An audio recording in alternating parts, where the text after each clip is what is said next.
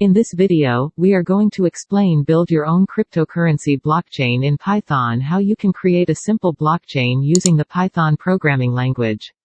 Cryptocurrency is a decentralized digital currency that uses encryption techniques to regulate the generation of currency units and to verify the transfer of funds. Here is the whole code for our crypto blockchain class in Python. Anonymity, decentralization, and security are among its main features.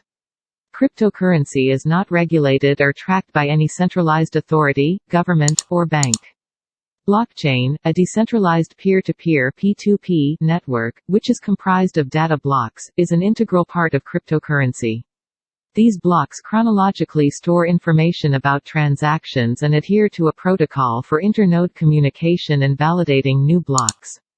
The data recorded in blocks cannot be altered without the alteration of all subsequent blocks. Now, let's try to run our code to see if we can generate some digital coins.